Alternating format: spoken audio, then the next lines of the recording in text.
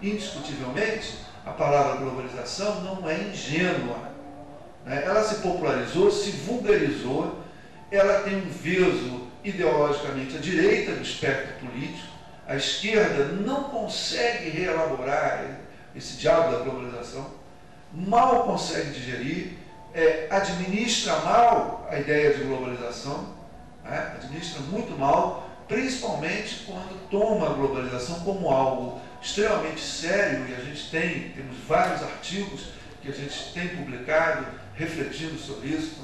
Já estamos no quarto, além do dicionário, já temos 4 artigos, né, alguns deles na internet, e, por exemplo, o professor Milton Santos fala uma outra globalização, né? O professor Ladislau Dobor diz: com a globalização, as ciências sociais clássicas acabaram, perderam sentido.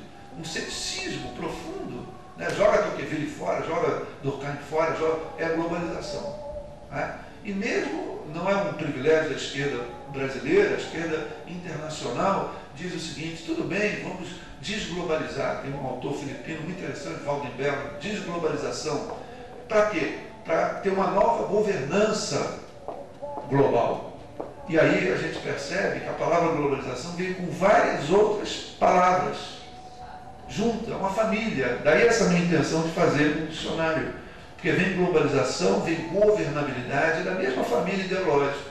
Então a esquerda critica a globalização e busca uma nova governabilidade, cair numa armadilha conceitual, né? Então a globalização teve um grande impacto na nossa vida social, né? E é a história dessa globalização, desse conceito, que é usado em todas as pesquisas, estão presentes em todos os campos. Eu vejo isso nos portos, na economia, certamente, a política, né? O movimento dos trabalhadores, os sindicatos, tudo. A globalização está presente, mas sempre como algo dado, às vezes mal, uma péssima companheira, mas está lá a globalização. Então essa foi a nossa preocupação inicial, localizar historicamente, né, não a globalização, mas a necessidade do uso de uma palavra como a globalização.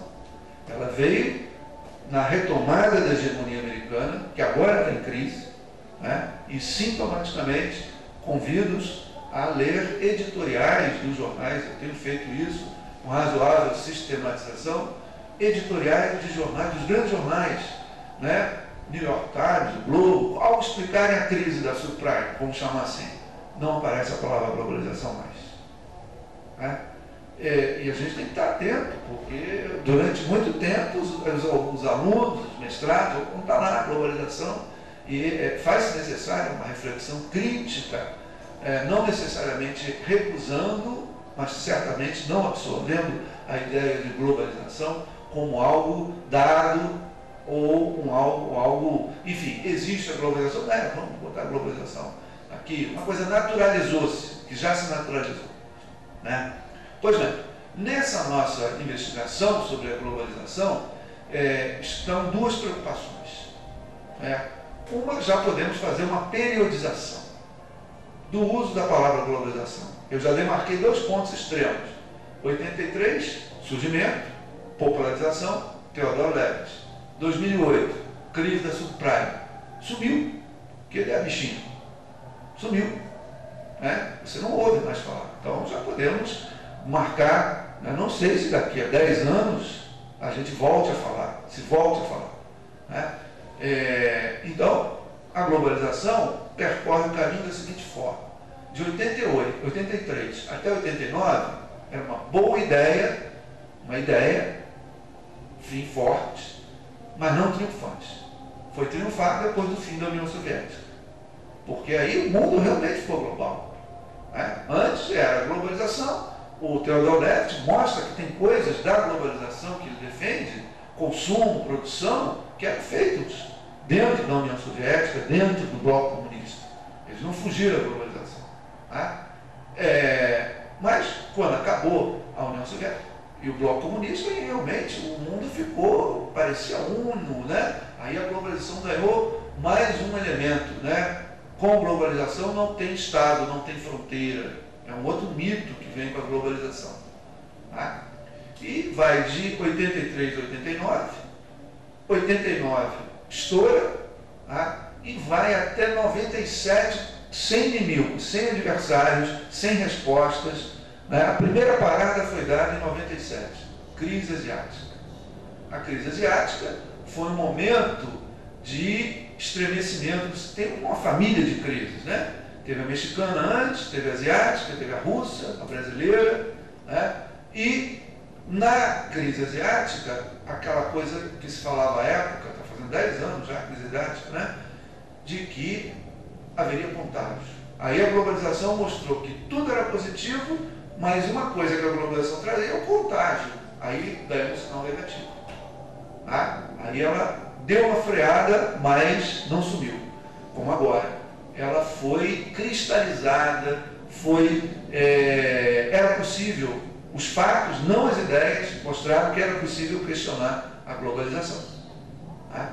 E veio também, logo em seguida, a sequência de crises e, no meio da sequência, uma reação social fortíssima, cujo exemplo aqui que a gente chama a atenção são as manifestações de Seattle contra a reunião do FMI, né? Uma reunião do FMI.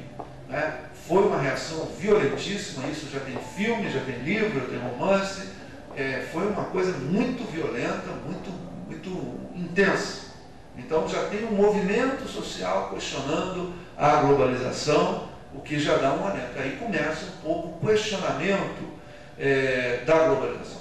Já se pode dizer não à globalização, mas não é suficiente para removê-la. Ela ainda está presente. Né? Não conseguimos ainda remover a globalização.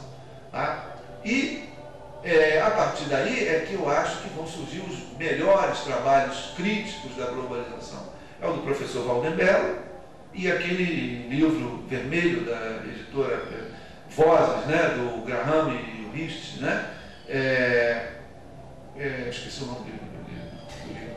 Mas enfim, esses dois livros eu acho que são os dois melhores livros críticos, mas caem nesse vício, procuram uma nova governança ou governabilidade.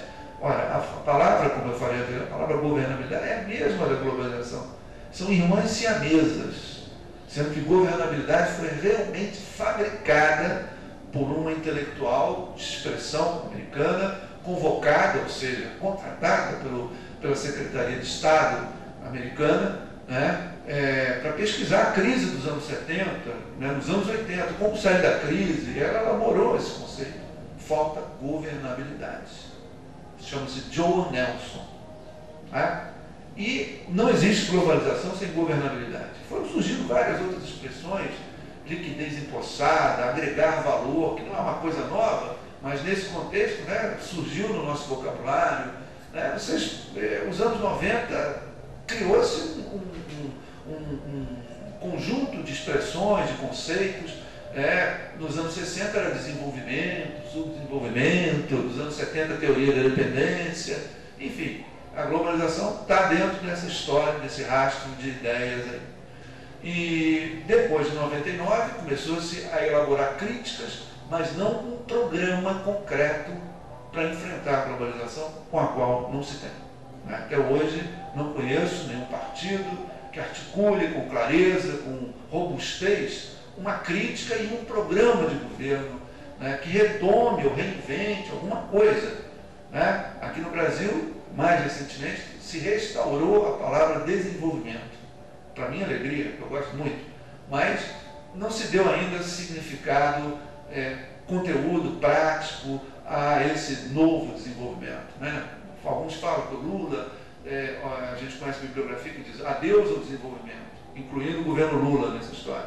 Outros já falam que o Lula está restaurando o desenvolvimento, coisa e tal. Enfim, é uma outra discussão. A palavra desenvolvimento também não é inocente, precisa ela mesma ser refletida, e eu também estou refletindo isso.